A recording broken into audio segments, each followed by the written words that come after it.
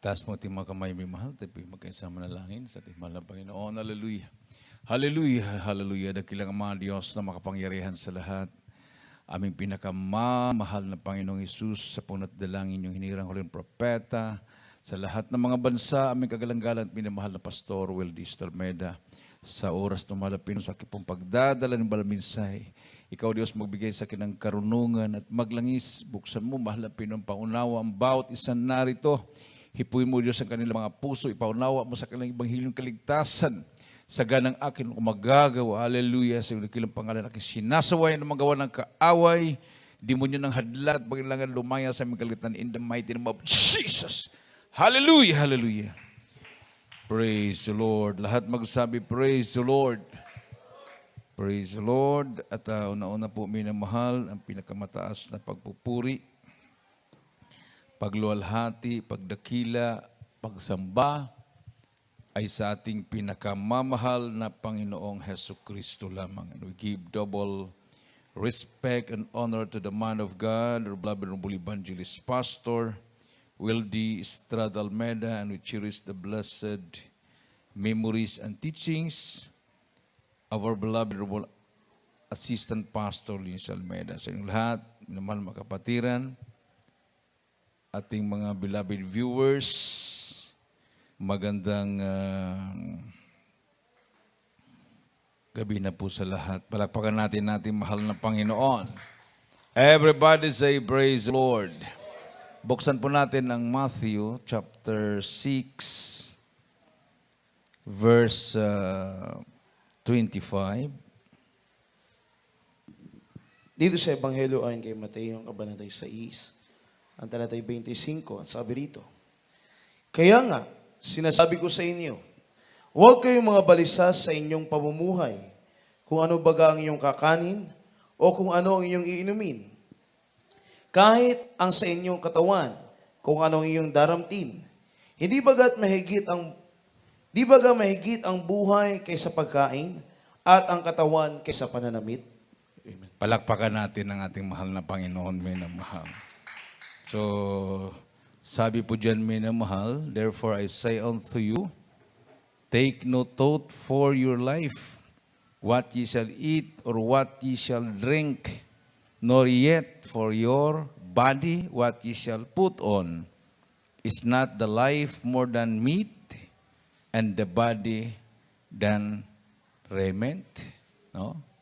So, di ba masigit ang buhay kaysa damit? Amen? So yan kasi ang focus ng mga tao ngayon, minamahal, no? Yung makain, no? Bagong damit, no? So, kumbaga pangangailangan sa ating katawan.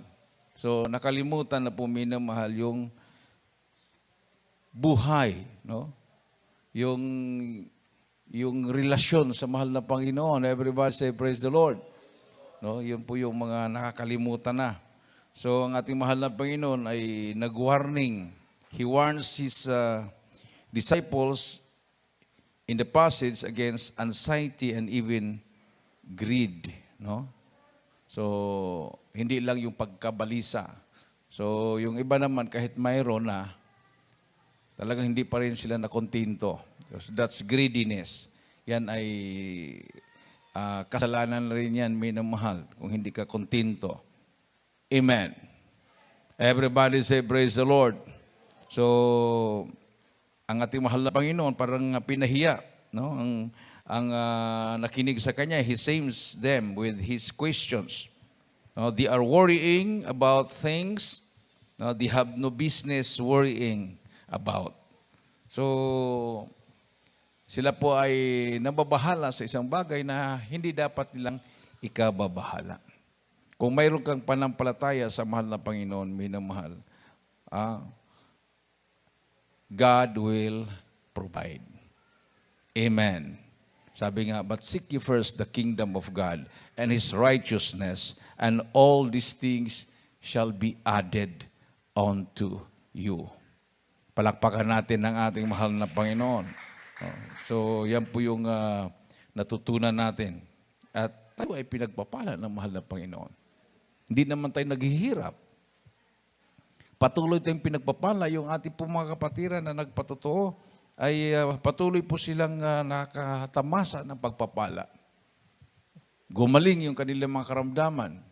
Nagbago yung kanilang mga buhay. Nawala po yung mga bisyo. Alam mo yung karamdaman, isa po yan sa number one na salot sa tao, minamahal. Yung bisyo, gano'n din. Magdudulot din ng sakit yan. So, addicted ka na sa bisyo na yan, halos ubusin yung pera mo, yung sahod mo sa bisyo.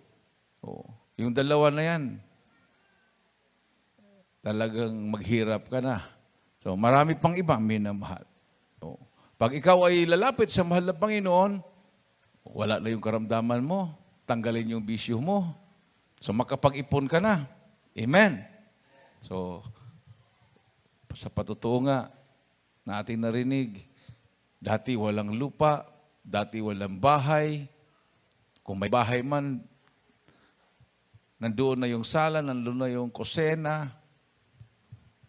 Sa isang, kumbaga, maliit na kwarto, o parang kwarto na rin, kwarto, sala, kusina.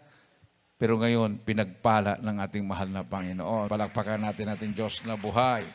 So, yan po yung pinamulat ng mahal na Panginoon sa kanyang mga alagad o sa lahat na nakikinig sa Kanya. No? They are worrying about things they have no business worrying about.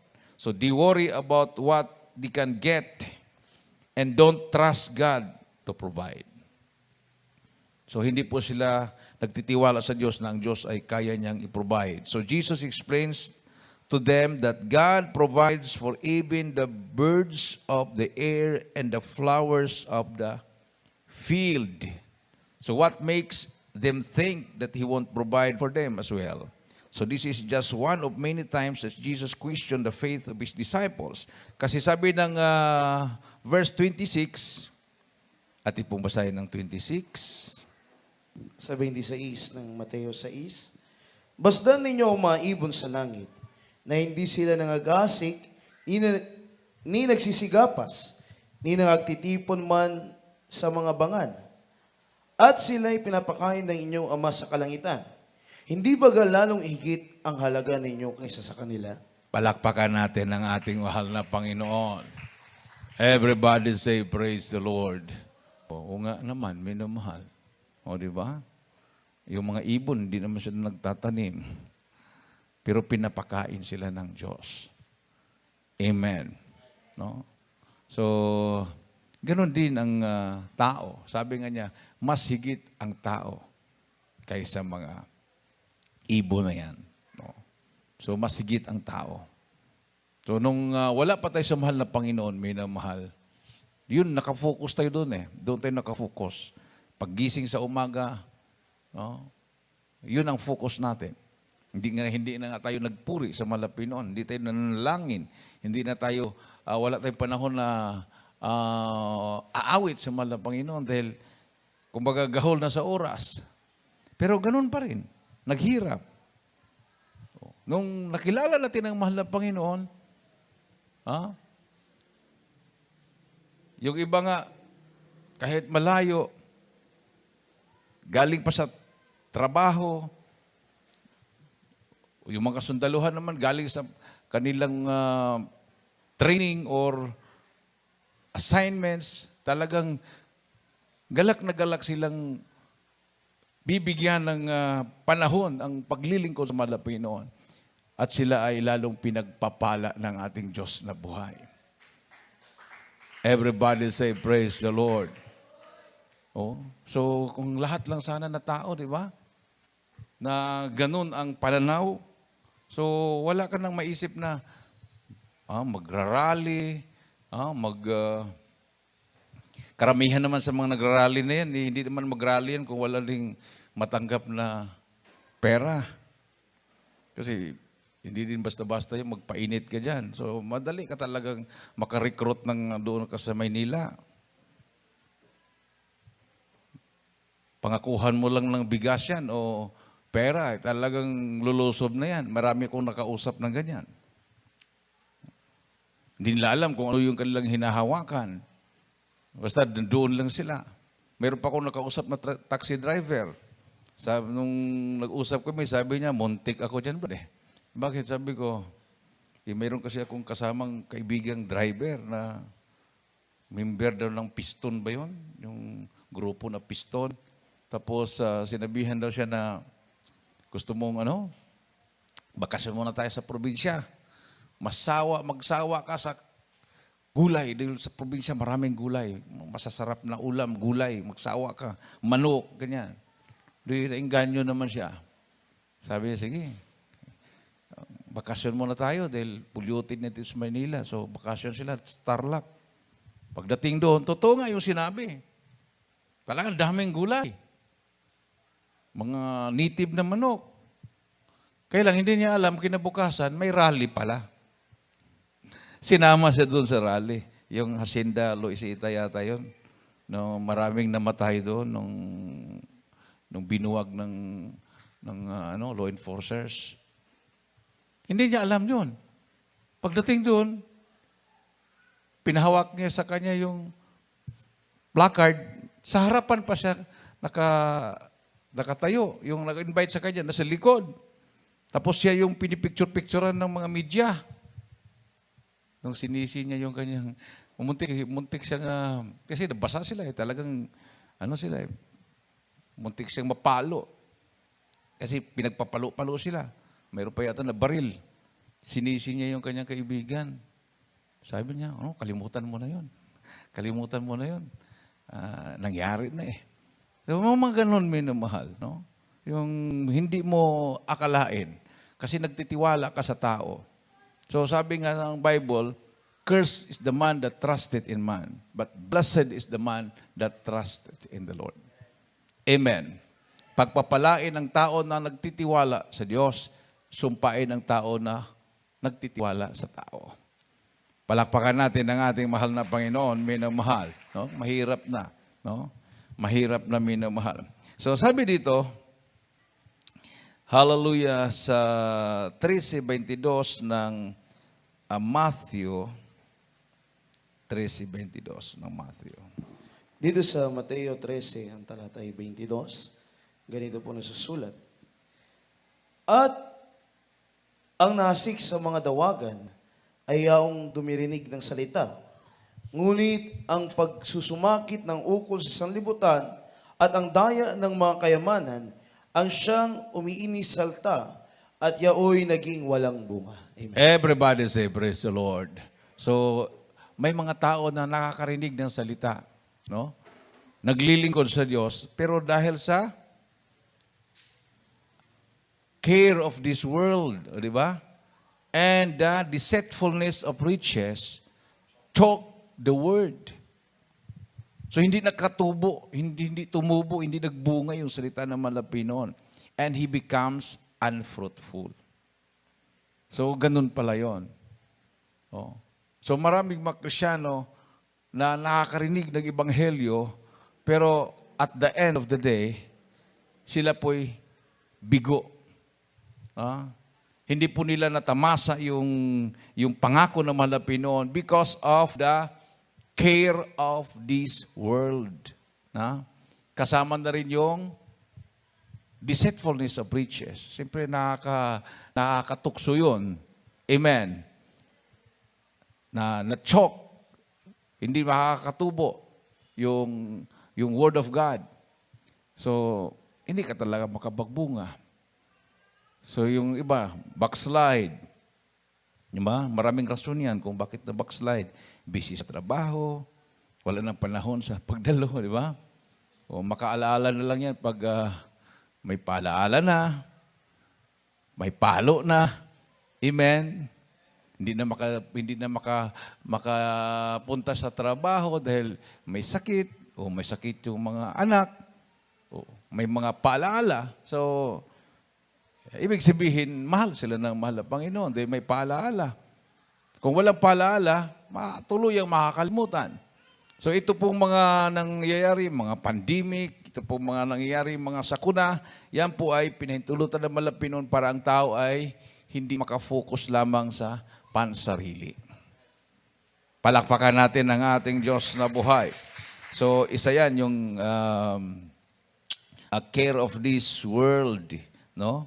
So, sa 10:31 ng Matthew, ating mabasa, ito po ang nakasulat. Dito sa Mateo 10, talatay 31. Huwag nga kayong matakot, mga takot, kayong lalong malaga kaysa maraming maya. Amen. Everybody say, praise the Lord. Fear ye not, therefore, ye are of more value than many sparrows. No? Sa bagay, ang maya, pag panahon ng tingbungan ng palay, talagang ambulansyang pagkain yan. Amen. Amen. So, kasi nung bata pa kami minamahal, yun yung trabaho namin pag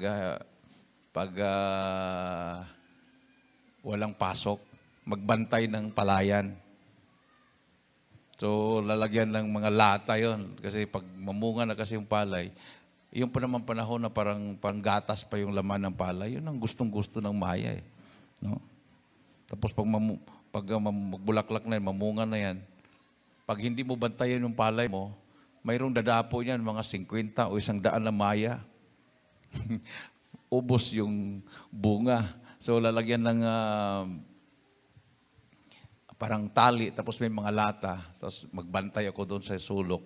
Pag makita ko mayroon ng mayang dadapo, bigla kong galawin yung tali, tapos mag-ingay yung lata, lilipad yung maya. Kung minsan naman yung maglagay ng parang damitan mo ng damit tao, may sombrero. Anong tawag nun? Sa amin yan, tao-tao. Tao-tao. Parang tao-tao sa basak. Parang ganun. Pag ganun ng maya, yung lipad na, maya kasi hindi isa-isa yan eh.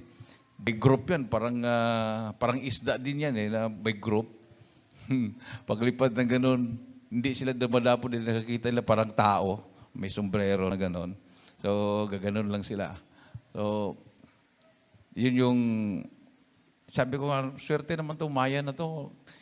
Hindi sila ang naghirap, tapos panahon ng sila yung nabubusog. Yung pala, provided ng Malapinon din pala, minamahal, no? Fear ye not, therefore, ye are of more than value than many sparrows. Palakpakan natin ang ating mahal na Panginoon. Everybody say, praise the Lord. So kahit yung yung halimbawa, may mga prutas ka, yung mga mangga, may mga papaya, di ba? Pag hindi mo bantayan yan, may mga, lalo na kung malapit ka sa bundok, may mga unggoy. Unggoy ang makinabang doon.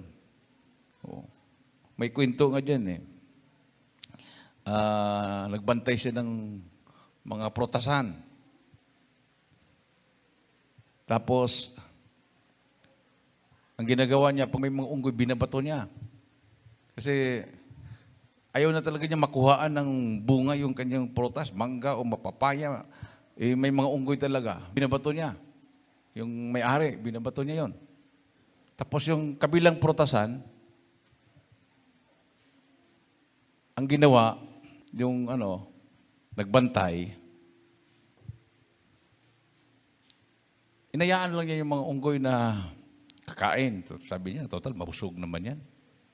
Hindi naman siguro ubusin yan. So, tulog lang siya. So, napansin ng unggoy yun. Yung sa kabila, na plantisyon ng mga prutasan, binabato sila. Pero dito sa kabila, mabait. Maliit lang yung kanyang prutasan, pero mabait yung mabait yung nagbantay.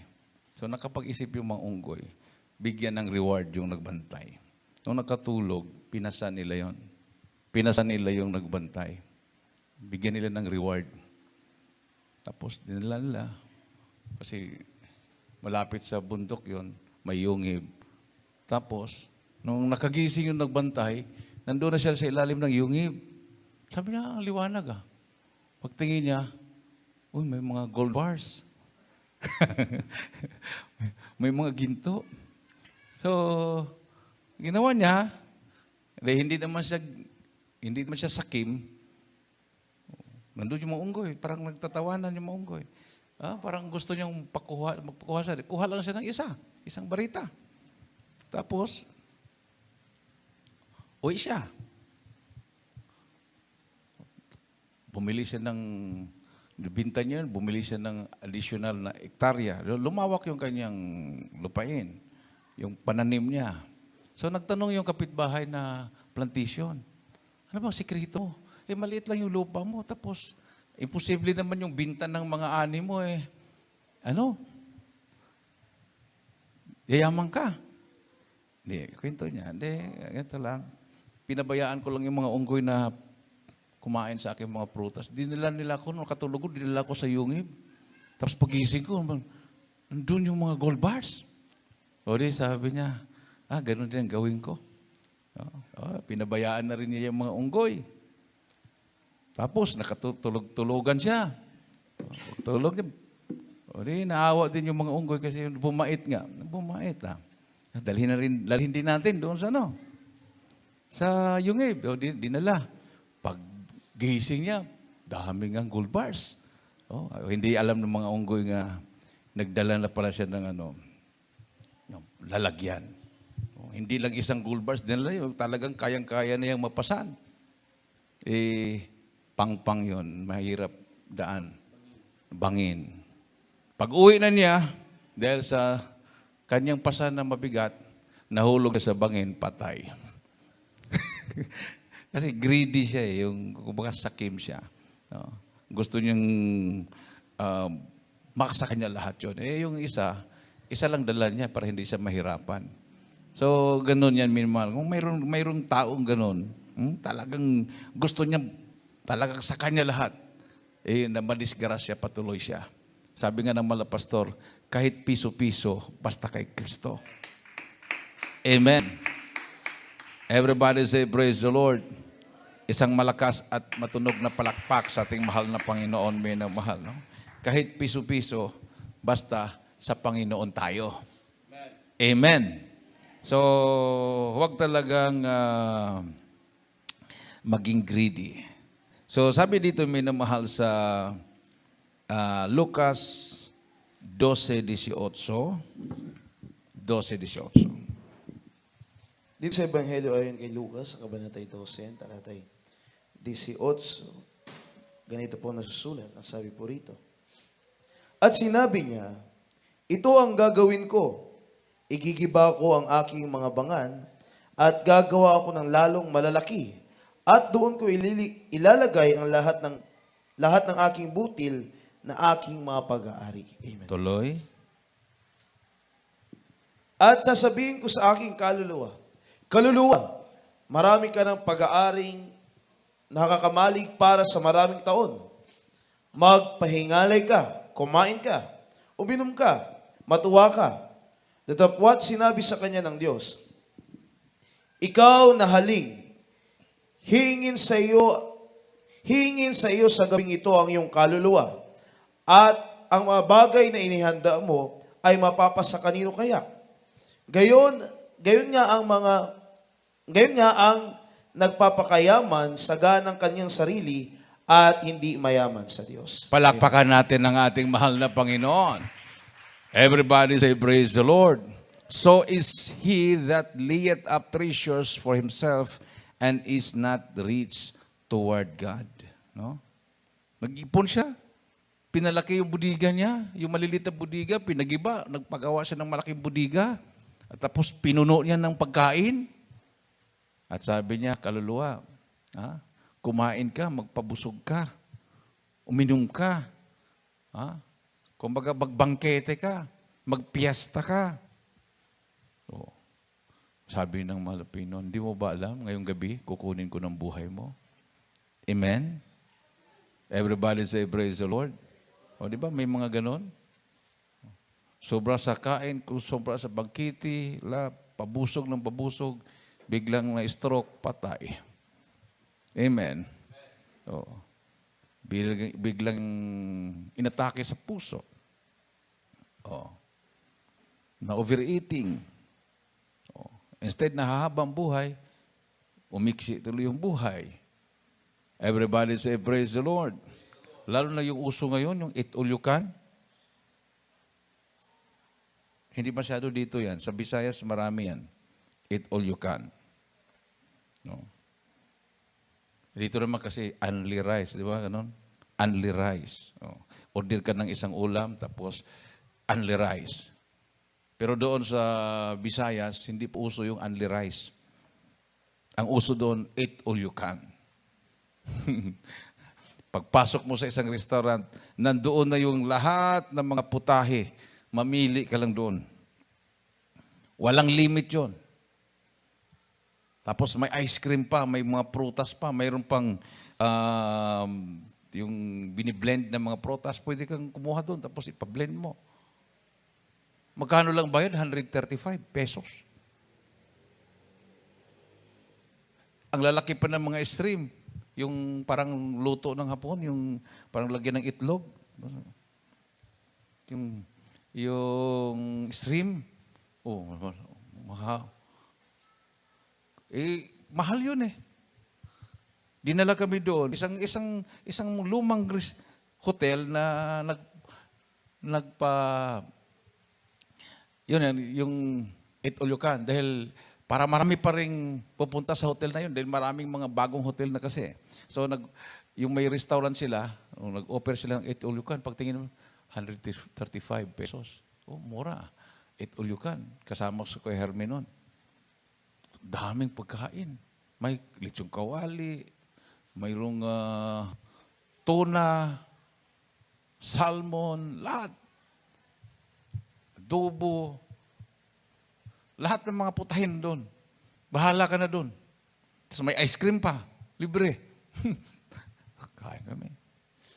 Sabi ko, hindi ko makapaniwala. Tapos kain ka lang kasi mabusog ka lang dahil sayang. Busog na busog talaga. Hitik na hitik. Pag uwi namin, nung kinagabihan na, parang pagising ko, parang maasim. Pumasok na para dito sa lalamunan ko yung kinain ko. Parang nahirapan ako huminga. Tapos bumangon ako. Pagpunta ko sa CR, may tao doon. Pagkatok ko, Baladan, ako to. Ay, kuya, ikaw yan. Oo, kanina pa ako pabalik-balik dito. Ganon. Ako rin, kuya, parang iba yung panaramdaman ko eh. Tapos paglabas niya, ako naman. Tapos maya, paglabas ko, siya naman. Kinabukasan, iniyaya kami uli. Sabi ni Kuya Herme, ayoko na. Ayoko pa mamatay. So, mahirap pala yun. Yung parang hindi na gumagana yung digestive system mo. Hindi na siya hindi na siya maka-digest. Papatayin ka pala. No? Papatayin ka. So, yan pala mga Pilipino, hindi mahahaba ang buhay. Bahira lang yung umaabot ng 100. Kasi mahilig tayo sa hitik na hitik. Yung busog na busog talaga, di ba? Hindi katulad ng mga Hapon, umaabot sila ng 120, 110. Ganon ang ilang edad nila dahil sikreto nila, nabasa ko sa isang libro, pag kumakain sila, pag maramdaman nila na parang busog na sila, 70%, ganon, hihinto na sila kagad. Kasi nag-ingat sila sa kanilang katawan. So, ganon pala yun. Kasi sa atin, hindi naman natin dinaramdaman kung 70%, kahit 110% pa yan. Basta pasok talaga. Yung iba naman na sa Itulyokan, ang ginagawa para daw hindi alkanse, pag mabusog na, punta sa CR, ginaganon yung bunganga para maisuka, tapos pag masuka na, kain uli. Sabi ko, anong logic dun? Para daw hindi alkanse. So, ikaw din ang mahirapan dyan. Magkaroon ka talaga ng side effect dyan. Amen. So, mahirap na minamahal. No? Sabi ng mayaman, nag-ipon siya para sa sarili niya. Pero sabi ng malapinon, kukunin ko ng buhay mo sa gabing ito. Sino naman ngayon nakakain doon sa iniipon mo? Amen. Everybody say, praise the Lord. Palakpakan natin ang ating mahal na Panginoon, minamahal. At sinabi pa dito, minamahal sa 10:29 ng Matthew pa rin. Dito sa Ebanghelyo kay Mateo, ang kabanatay 10, ang talatay 29. Ganito po nakasusulat. Ang sabi po rito, hindi baga ipinagbibili ang isang beles ang dalawang maya, at kahit isa sa kanila hindi mahuhulog sa lupa kung hindi pahintulot ng inyong Ama. Amen. Are not two sparrows sold for a farthing, and one of them shall not fall on the ground without your Father? Without your Father. Kung hindi pinahintulot, minamahal. So lahat ng mga bagay, mayroong kapahintulutan yan, minamahal. Amen. So, sa 12:12 ng Matthew pa rin may mahuling talata, the preeminence of man. Dito sa 12:12 ng Mateo, sabi dito, gaano pa nga ang isang tao na may halaga kaysa isang tupa? Kaya't matuwid na gumawa ng mabuti sa isang araw ng Sabat. Amen. How much then is a man better than a sheep? Wherefore it is lawful to do well on the Sabbath days. No? So, yun ang sinabi ng Bible, minamahal. No? Pag tayo ay gumagawa ng mabuti, nalulugod ang Diyos sa atin. Amen. Isang malakas at matulog na palakpak sa ating Diyos na buhay. So, yung ating ginagawa, patuloy tayo nagsishare ng gospel, patuloy tayo na mamalakaya ng kaluluwa. Kung minsan minamahal, yung iba sinasamantala, pero hindi po tayo nanghihina. No? Hindi po tayo nanghihinayang, minamahal. Dahil ang purpose talaga natin ay magligtas ng kaluluwa.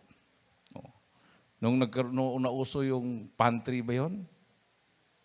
Nag-pantry din tayo dito. Purpose lang doon para hindi i-question yung ating gathering kasi panahon ng pandemic yun. Pero talaga, daming tao dyan. No? Puno. Nung ininto din natin yung pantry, wala na rin. Hindi rin nagpakita.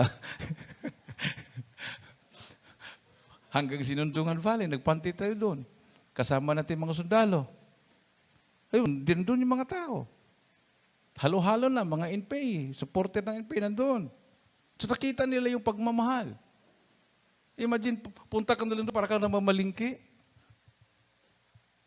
May nakahanda na lalagyan. Hindi ka na magdala ng lalagyan. Mayroon ng bag, plastic bag. Tapos, kuha ka na lang doon. May itlog, may bigas, may gulay. Oh. Bahala ka na. Tapos uwi ka, para kang namalingki na wala kang dalang pera. Oh. Sana pag ganun, araw-araw may ganun, no?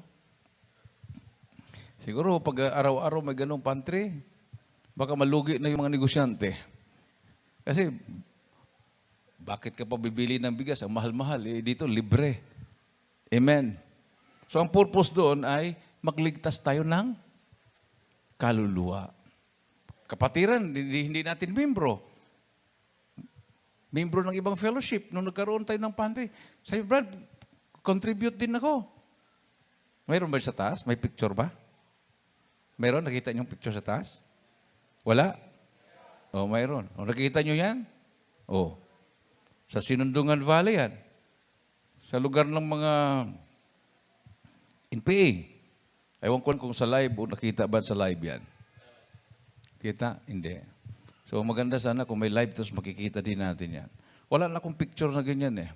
Oh? Hindi mo magawa yan pag wala ka talagang tunay na pagmamahal. I-share mo yung kayamanan mo sa ibang tao. Amen. So dahil sa ginawa natin yan, minamahal, maraming nagbalik loob sa mahal na Panginoon. Palakpakan natin ang ating Diyos na buhay. Everybody say praise the Lord. No? Hindi naman tayo lugi eh. Kasi ang atin namang, ang hangad naman natin yan ay yung ating pagmamahal sa kanila. No? Kahit sa ganung paraan, maengganyo natin sila na maglingkod sa mahal na Panginoon.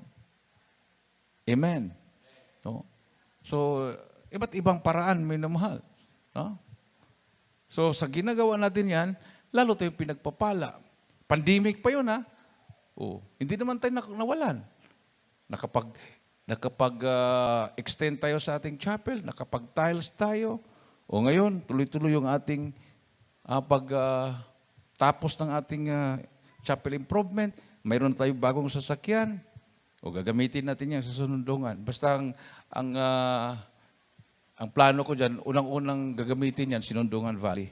Kasi yan naman ang purpose natin, na magmamalakaya ng mga kaluluwa. So, hindi na siguro iiyak si Doc na mahulog pa yung mga gulay dyan. Hindi na yata makahulog ang gulay dyan. Matibay na yung pintuan, Doc. May lock yan, aircon pa yan. So, isama natin si Doc pag punta sa Sinundungan. Dahil hangad niya yun eh. Pag mayroon kang desire sa puso mo, mahal na Panginoon, pagpalain mo ako, gusto kong tumulong. Makita ng mahal na Panginoon yun. At magugulat ka na lang. Buhos-buhos na pagpapala ibibigay ng Diyos sa iyo.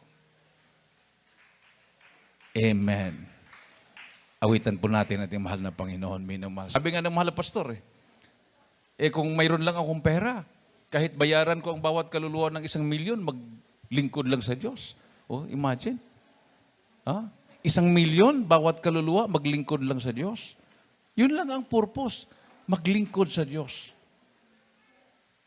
Hindi naman natin kailangang dumami yung membro para sabihin marami. Anuhin naman yung marami kung itatapon ka sa dagat-dagatang apoy. Ang importante, maglingkod sa Diyos, magbagong buhay.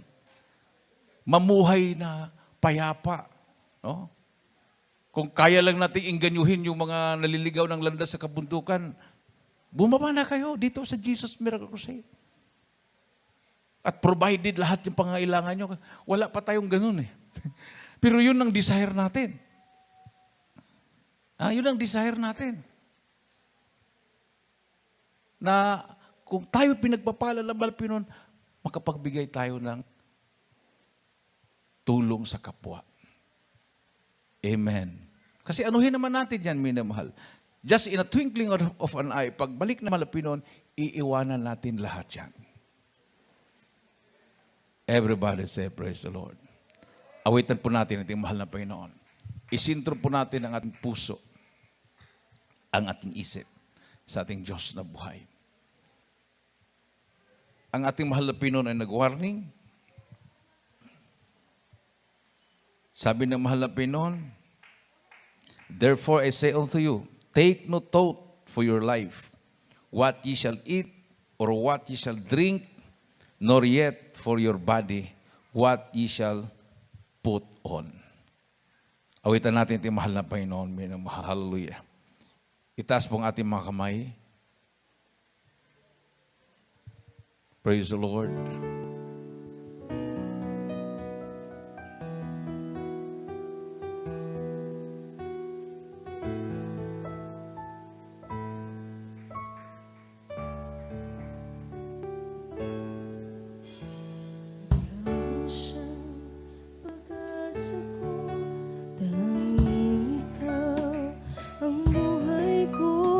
Hallelujah.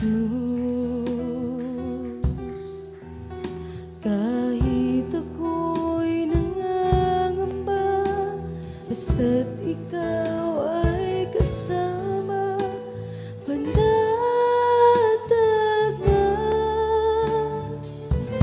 Kahit suliranin man ang lagi kong tatawagan, ay ikaw.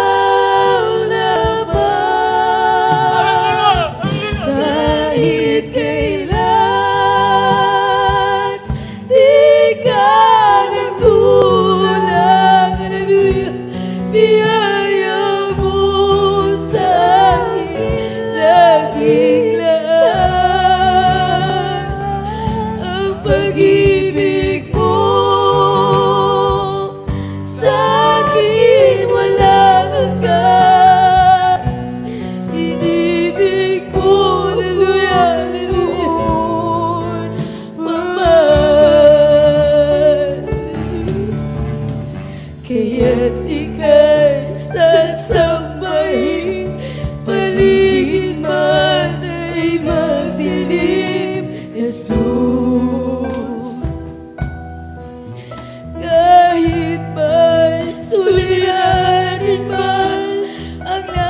kong tatawagan ay ikaw lamang. Kahit kailan, hallelujah, di ka nagkulang. Biyaya mo sa akin, lagi lang. Ang pag-ibig mo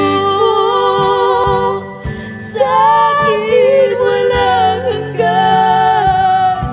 Inibig mo ko noon pa man. Kahit kailan, di ka nagkulang. Biyaya mo sa akin lagi lang. Ang pag-ibig mo sa akin walang hanggan. Inibig mo ko noon pa man. Inibig mo ko noon pa man. Hallelujah, hallelujah. Hallelujah, hallelujah. Praise the Lord, hallelujah. Praise the Lord. Ilagay po minamahal yung kanang kamay sa ulo, kaliwang kamay sa parte ng katawan na may karamdaman. Tayo po yung magkaisang manalangin sa ating mahal na Panginoon. Ano po yung mga pangailangan nyo sa ating Diyos na buhay? Hallelujah. O dakilang mga Diyos na mapangyarihan sa lahat. Pinakamamahal namin Panginoon Jesus, minsan pa malapit humingi po kami ng kapatawaran. Sama kami nagkulang, nagkakamali, ano mga minaisip na gawa na banggit ng mga labi. Kami nagkasala sa iyo, mahal na Panginoon. Patawarin mo yung mga anak ko Diyos. Sa pangunat dalangin ng hinirang hulang propeta sa lahat ng mga bansa. Aming kagalang-galang at minamahal na Pastor Wilde Estrada Almeda, sa panalangin ng kanyang buong pamilya, the beloved children of our beloved Pastor, Lord Jesus. Hallelujah. Hallelujah. Ikaw po malapit noon, magpagalingan ng mga makaramdamang taglayang bawat isa problema, kahirapan, aking sinasaway sa dakilang pangalan in the mighty name of Jesus. Demons of heart disease, diabetes, demons of cancer, leukemia, all kinds of sickness and disease. Hallelujah. Incurable sickness and disease, cast out. In the mighty name of Jesus, be healed. Problem be solved, vices be gone. Jesus, hallelujah, hallelujah. In Jesus' name, in Jesus' name. Praise the Lord, hallelujah, praise the Lord. Tayo po minamahal ay tumayo bilang pasalamat sa ating Diyos na buhay. Itaas po natin minamahal ang ating dalawang kamay and let us jump 3 times and shout, hallelujah, praise the Lord. 3 times. Hallelujah, praise the Lord. Hallelujah, praise the Lord. Hallelujah. Praise the Lord. Everybody say, praise the Lord. Praise the Lord. At tayo po dumako na po sa ating announcement at pong beloved brother Binzi Durian.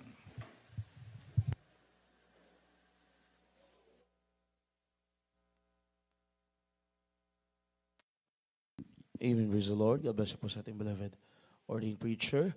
Purihin ang ating malapay. Maraming salamat sa kanyang mga banal na salita natin napakinggan sa mga oras ito. Purihin ang ating mahal na Panginoon. Palakpakan natin ang ating mahal na Panginoon Jesus. Everybody say, praise the Lord. Sa oras ito, tayo po'y patuloy na mga minamahal sa ating banal na gawain. Tayo po'y dadako na sa ating mga announcement. So, purihin ang ating mahal na Panginoon. So, ang ating pong mga announcement, mga minamahal, ang ating banal na gawain ay patuloy po sa lugar na ito.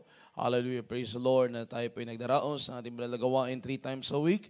Every Wednesdays, Fridays, and Sundays, mga minamahal. Hallelujah. Kada Wednesday, every Wednesday, tayo po nagsimula ng alas 5 ng hapon. At tayo po nagtatapos ng mga gantong oras, mga minamahal.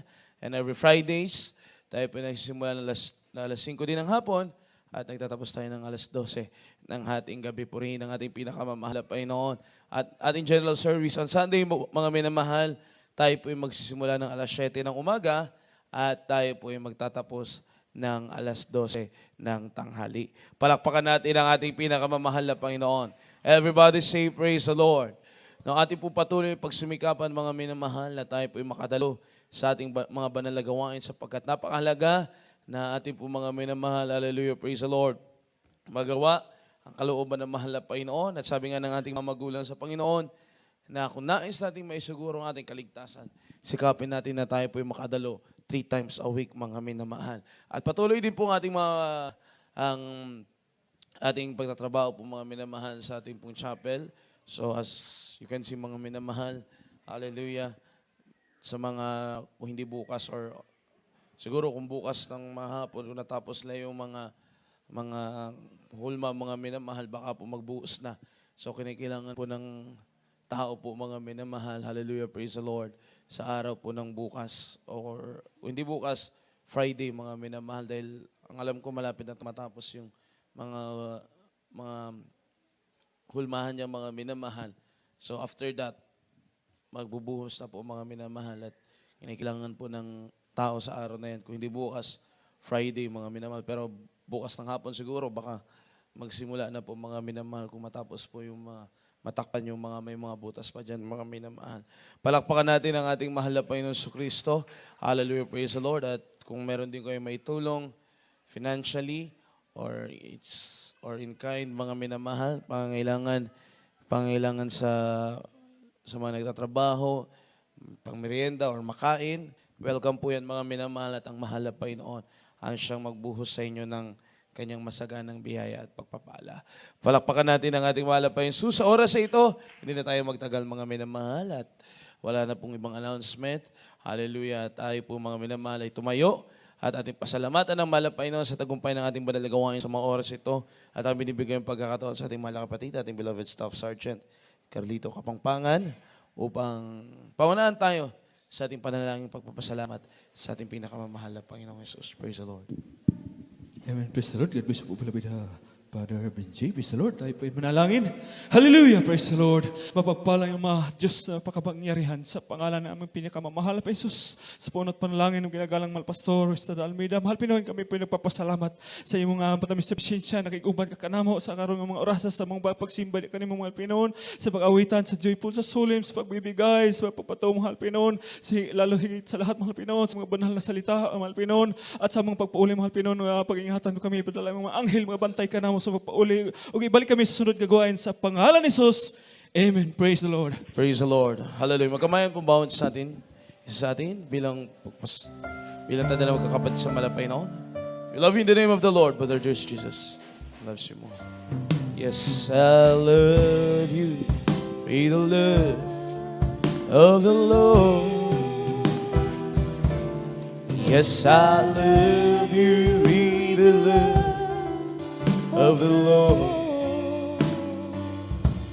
I can see in your eyes the glory of my King. Yes, I love you. Be the love of the Lord.